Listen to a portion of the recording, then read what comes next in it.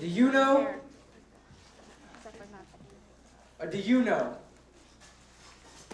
I mean, does anybody know what really goes on in the hallways all day? Like how sometimes it can get crooked instead of all straight? While the chosen few staff, they try to administrate and say increase the love and try to get rid of hate. So many lockers, but still the truth locks us. As you watch us, you probably think the word shocks us. S-E-X, it's in the air, it's up and down the stairs. Some act like they don't care, but the bell is ringing and I'm late for class. So if you're making a decision, don't make it fast about sex that Hey! Man, that was whack. Hello, I'm Cordelia Anderson, a prevention educator, and we're here to show you scenes from a play, Let's Talk About It, created by Central Touring Theater at Central High School in St. Paul, Minnesota. After you see the different scenes, we'll be talking to high school students about what their perceptions are about what happened and their ideas.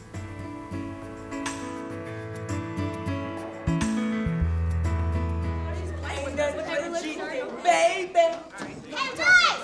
Hey! Man, Ray can't hear you. He always has some headphones on. Do you ever hear him talk? Sure don't. Hey, Ray!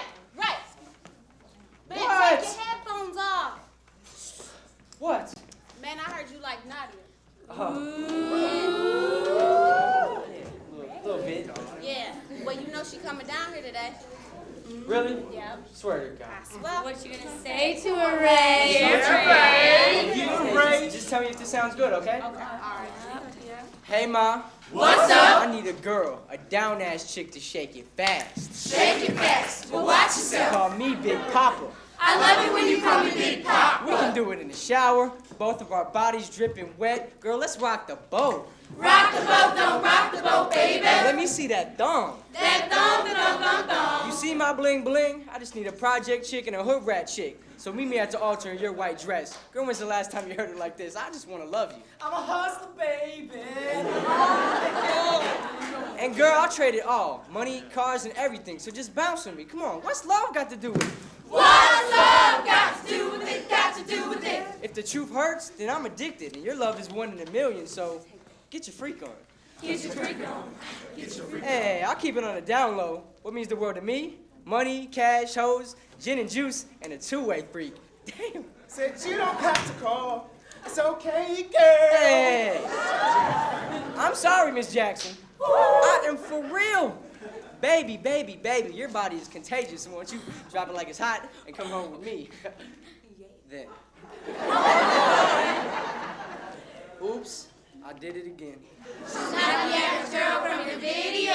I'm not the average girl from your video. Not some skank, not some tramp, not some $2 hoe. I need a man who can make me weak in the knees. I get so weak. Oh, shut up! This ain't no song. Look, if you really were trying to compete with the rest, you'd ask what's on my mind, not what's under my dress. I'm a girl with a brain, not just any other chick. You should start thinking with your head and stop thinking with your head. Whoa, stop it! Now do you get what I was talking about? You saw what happened when they let their sexuality run rampant? Excuse me, these are just kids, and let's just cut them some slack. They're just learning about relationships. No, kids don't know anything about relationships. When you're in a relationship, you respect one another. So how much do you think the messages that are in the music that you listen to affect how you and other teenagers really think about sex and about relationships? Music is like a language because through different songs you learn a different, word or a different phrase, and it's like we as teenagers communicate with that, and it's like I could sit in class and like say some line that I learned from a song, and teachers would be like, "What does that mean?" So music really does like affect us in that department right there. I think that our parents probably think the same thing about our music as their parents thought about their music. I mean, my grandparents probably said about my dad, he doesn't know about real relationships and relationships that respect because they got that out of the music that my dad might have listened to when he was a kid, and that transfers over to now. When you hear a nice beat come on, that's all you're worried about is dancing and getting into it. And you never think about the words until like one time we were in class and this poet came and he picked like one of the hottest songs out and like took the track off, took the music off and just listened to the words, and it was garbage. You just sitting there listening like, that's what I listen to at home? So no, we don't really pay attention to the words. But you know the words. We know them, but we don't sit there like, oh, that line was deep. That touched me right there. No, we don't really. Yeah, you don't think about what the words mean. All right, we're going to watch another scene and hear your ideas and reactions to that.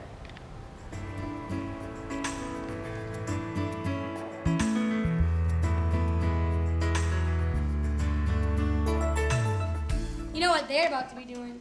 No, I don't. They're about to do it. Do it. Do it? Do it. Girl, they're about to have sex. Sex? Sex. Sex. Why is it that everyone seems to think we only think about sex?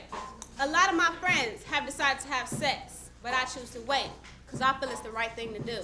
People think that all teens are obsessed with sex, but really, it's everyone else who's obsessed with sex. What about teens like me? People that think about their future. I have more important things on my mind. I wish people would realize we are interested in many things, not just sex. I feel I should find the right person, and not someone who will hit it and quit it. I mean, Movies, commercials, billboards, and music are constantly bombarding us with images of sex.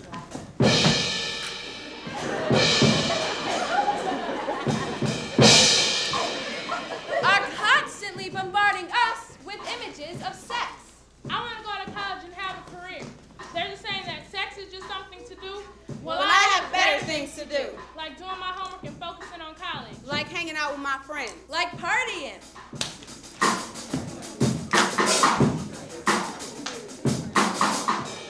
And that's why I choose not to have sex. There's a difference between having sex and making love, a difference I'm willing to wait for. I want a man who will respect me as much as I respect myself. I'm not having sex because I'm not ready. I'm not having sex because I'm not ready. And that's why I choose not to have sex. So what do you think? Are students bombarded with images and messages about sex? What's your, just nod, yes, no, what do you think? Yeah, and it was real cool to see them like actually do that, because as a teen yourself, you even think that everybody else around you only wants to have sex or thinks about sex, and it's cool to see that, you know, someone besides yourself feels that same way, that they should wait.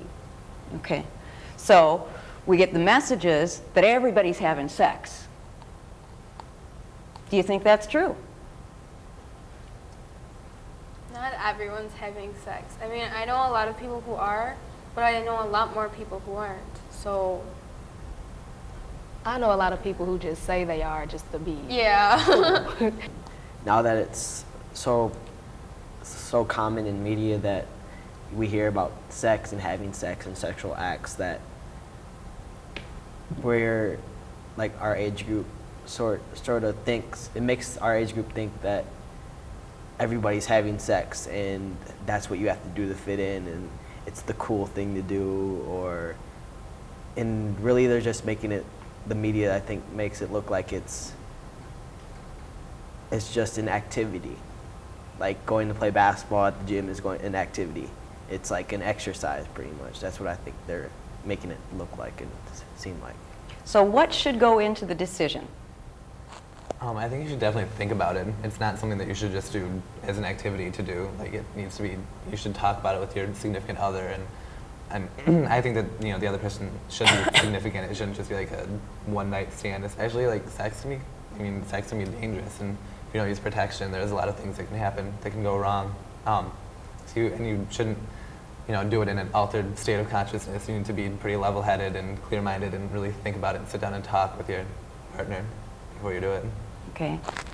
I know people who have sex, like, just are very easy and confident with themselves, and they have a lot of sex. And I know people who are dead set on waiting until marriage. And I would say that either way, I just look at it as a choice. Just a show of hands, how many of you feel you got clear, honest, and direct information from the significant adults, your family? Okay. Here's another scene.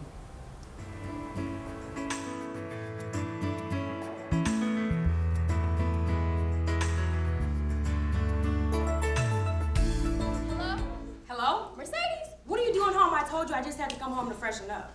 I know, girl, but you take forever doing it. Anyways, let me tell you what happened after you left the party. Right, so I went over there talking to Renee, and you know how dry she is, girl. She is boring. Yeah. But let me tell you this, right? So I went over there talking to Josh, you know, my supposed to be boo. Right.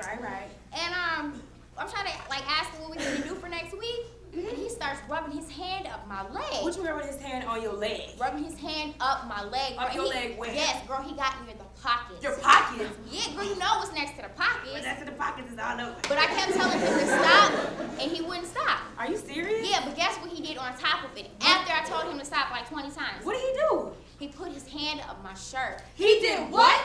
Sasha, what is wrong with you? Why didn't you tell me when he first came in? Because I didn't think it was a big deal. Not a big deal? A boy putting his hand up your shirt is not a big deal? All right, Mom, I'm gonna be real with you. It's not that I didn't think it was a big deal.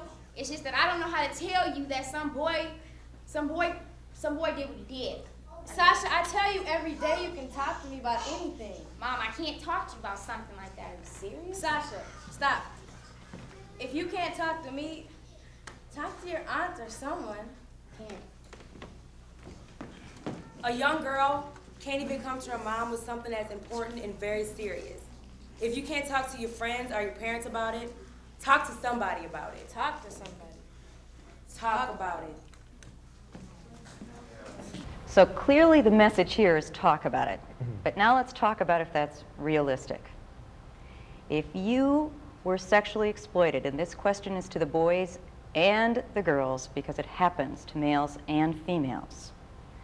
If you were sexually exploited by someone you know and trust, which is the most likely person to hurt you, not a stranger, but someone you know and trust, would you feel safe enough to talk to the significant adults in your life? I don't think so.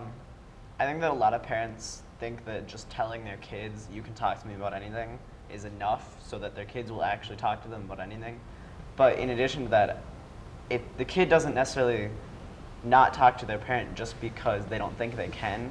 It's something within themselves that they don't think the environment is correct. Even if the adult says that they can tell them anything they want, you need to actually create an environment that makes it friendly for that sort of talk. I think it's maybe because you're pondering so many questions. Why did he do it, or why did she do it? Why did they do it to me? You're pondering all these questions, and I think you may have to feel like you figured these questions out before you can talk to your parent or talk to a significant person in your life about it, because you're not exactly sure to yourself why it happened. And It's really hard because at least I would feel ashamed of myself, like it was my fault. One of the reasons that kids don't often like talking to their parents is because they don't really want to lecture for it. They don't want to know everything that they could have done better that would have totally taken them away from the situation. And yeah, I mean, usually a lecture only satisfies the person who's lecturing. It probably never helps the person who's getting the lecture. And that's what parents usually do. If it was a friend of yours who you believed had forced, tricked, or manipulated someone else into having sex, they're the person who caused the harm. What might you say to them? It's a hard question. There would definitely be some words. I'd have to say something. I'd probably go to their face and tell them, seriously, you need to go sit somewhere, write something, really think why you really thought you needed to do this or why you did this. And you don't even have to really give me an answer, but just really think about yourself. We're going to watch another scene.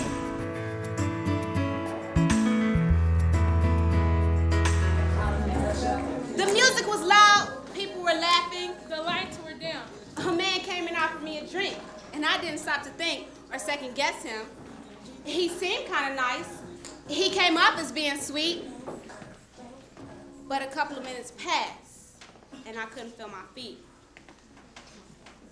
I started to feel sick.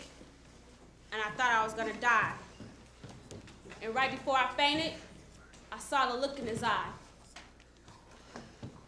From there on out, my memory comes and goes. I do remember him moaning and groaning and me saying, "No! I'm not a liar, Mom. He forced his way on top of me. This horrible, horrible man, he stole my virginity. Mom, please, don't turn your back on me. Mom, please. Mom, please. Mom, please. Mom, please. I'm gonna have a baby."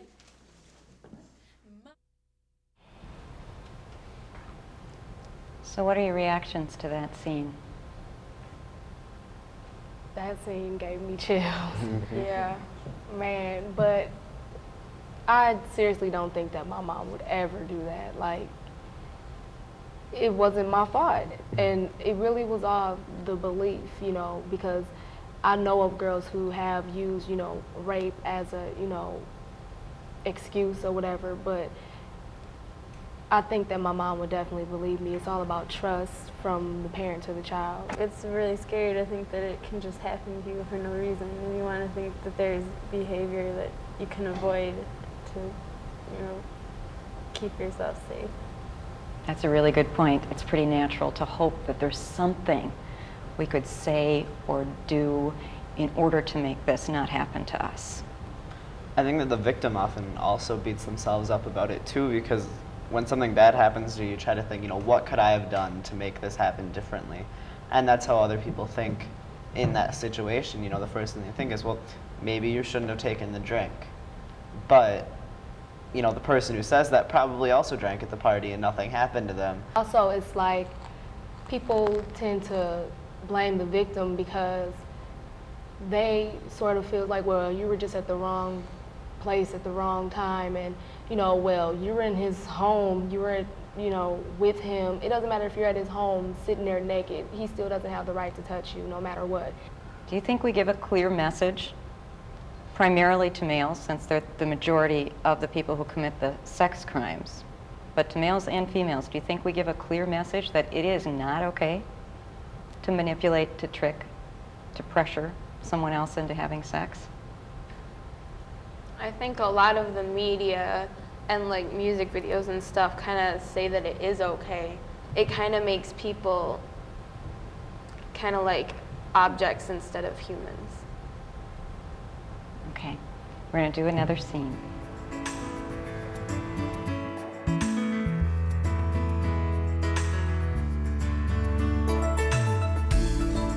Hey Tina, can I holler at you for a moment? Yeah, come on. Yeah.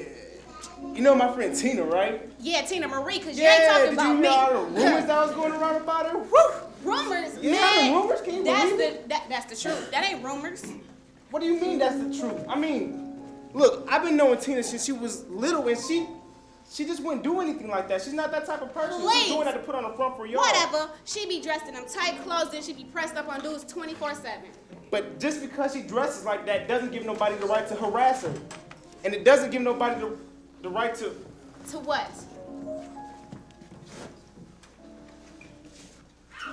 It doesn't give nobody the right to rape her. To rape her? To rape her? Yes, to rape her. Oh my goodness. She wanted to have sex. She went over there, she did it, then she felt bad, He and she raped called her. rape. Look, you're my friend, and if it was to happen to you, I would believe you. So you're trying to say I'm like her now? No, I'm not trying to say you're like me? her. Oh, I'm not even no, trying we to got say the that, same though. name, but we ain't the But, same hey, I person. said, but you said we could talk about it. Tina, it's gonna be okay, Tina. It's gonna be okay. Hush, little baby, don't say a word. So what are your reactions to that scene? What stands out? What stands out is that that happens all the time in high school. like a girl can dress a certain way and she, you know, has so many stereotypes against her because of the way she dresses, you know. And then if something like that does happen, they automatically think, oh, it's her fault, you know, he didn't really rape her, or if he did rape her, oh, well, she flaunted her body around him. And, you know, it shouldn't be looked at like that, because no matter how somebody dresses or acts or whatever, it doesn't give anybody the right to touch them, rape them, or whatever. No means no, so it doesn't matter. I agree that you don't have the right to touch or rape someone who is dressing like that they are some sort of sex kitten. But, I mean, you have to look at why do you dress like that. Usually people dress in very sexy clothing because they want people to think of them in a sexual way. And there's consequences of those actions. And I'm not saying that it's their fault if they're raped, but, I mean, people don't often think of the impression that they give to others. Here's another scene.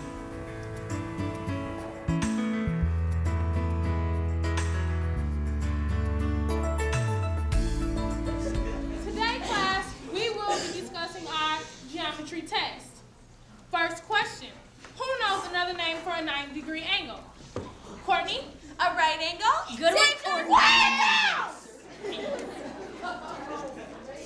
Next question, how many sides does an octagon have? 14. That's how many girlfriends I get. Correct. Next question, who knows the shortest distance between 2 points? Yeah, I know that. Kevin? Whoa! Don't ask Kevin. He wouldn't know. You know why? Why? It's a straight line. He's just... Right now, if I hear another interrupting from you, you're going to the office. Sit down. Now, class. On to the test. Geometric shapes. Oh, sphere. Hexagon. The Olympics. Bubble. Triangle. Triangle! You would say triangle too, maybe an upside down pink triangle.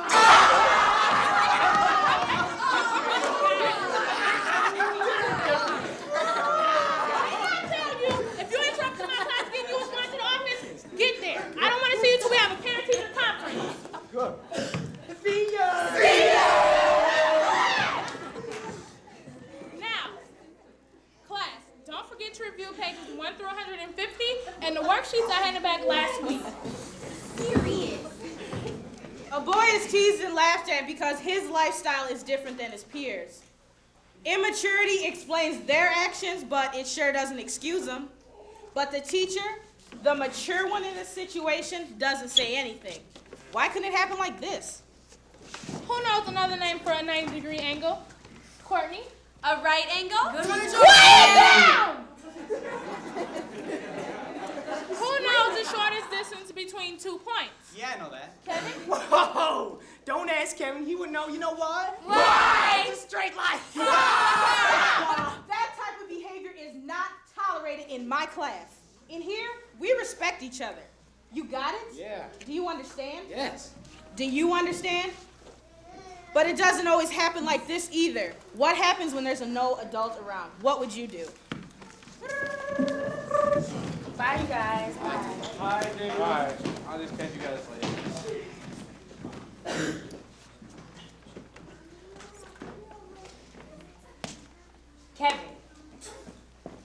Kevin. I saw you guys laughing. Haven't you had enough fun? We want to apologize. We're serious. For real. I mean, we don't have any excuse for why we laugh, but not all of us aren't like Travis.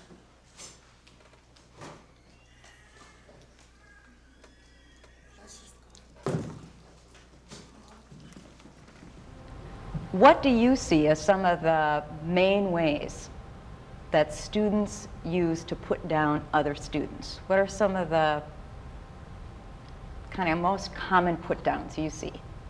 A lot of people like say, oh, that's gay, or they call people fags. And I really get bothered when people say that because I'm friends with a lot of gay people, and I mean, they're very nice people. They're decent human beings. And why is it such a put down? Why is that such an acceptable put down in our society, particularly to call a male gay? Why is that considered a put down? Society always seems to have its group of people that is socially acceptable to make fun of. A few years ago, one of my friends came up to me and before that, I would call people gay, and I would use the gender slurs, I guess. And for me, it was more, it made an impact. I didn't really connect it with like actual homosexuality. It was just an insult. It's just being different. That's just like me telling you, oh, you wear blue, I don't wear blue, you're stupid, that's gay. It's all about being different. Something that's very important, I believe, is to have people be able to speak out and speak up when they see others treating others in harmful and offensive ways, not just when it happens to us. But a lot of us have trouble speaking up as a bystander, someone who sees it, hears it. What can you say? How do we help people be effective bystanders? I think a lot of people don't want to, they want to mind their own business, and they don't want to look like they're just, out to tell everyone what to do. And I also think that for the majority of cases, the most effective thing to do is just, that's really not cool, and I'm not impressed by that. Well, I think the best thing to do is just say something. I mean, it takes a lot of courage to be like, I don't like what you're saying, that's really hurtful. Thank you for all your ideas, your responses, and your honesty, and for being willing to talk about it. And for all of you for watching this tape. And we want to encourage you to really keep talking about sexuality, talking about sexual harm. Help your friends talk about this and keep this discussion going. What is this world coming to nowadays? A teenage girl's self-worth is devalued because a man stole it from her. A girl flaunts herself to feel accepted because her dad's gone and her mom makes her feel rejected. A boy thinks no means yes, and that it's okay. Like it's some sort of game we like to play. People left torn, unsure what to do. Well, what would you say if they came to you? Actually, we've talked about it, so tell me, how do you feel? You proposed a topic and we presented the raw deal. Sexuality isn't a burden, it's a gift. And now that we've given it to you, what will you do with it? Are you sitting here thinking of ideas for when you leave? To go spread the knowledge and to teach the naive? Or are you thinking just what is this world coming to? And since when was sexuality a topic discussed in schools? Schools, TVs, movies, magazines, it's a topic everywhere. And just because you neglect it doesn't mean it's not there. This is a year of technology, teenagers, and sexuality. And just because you're older doesn't mean you can't learn a thing or two from me. So with that being said, we've given you this, sexuality. Still want to talk about it?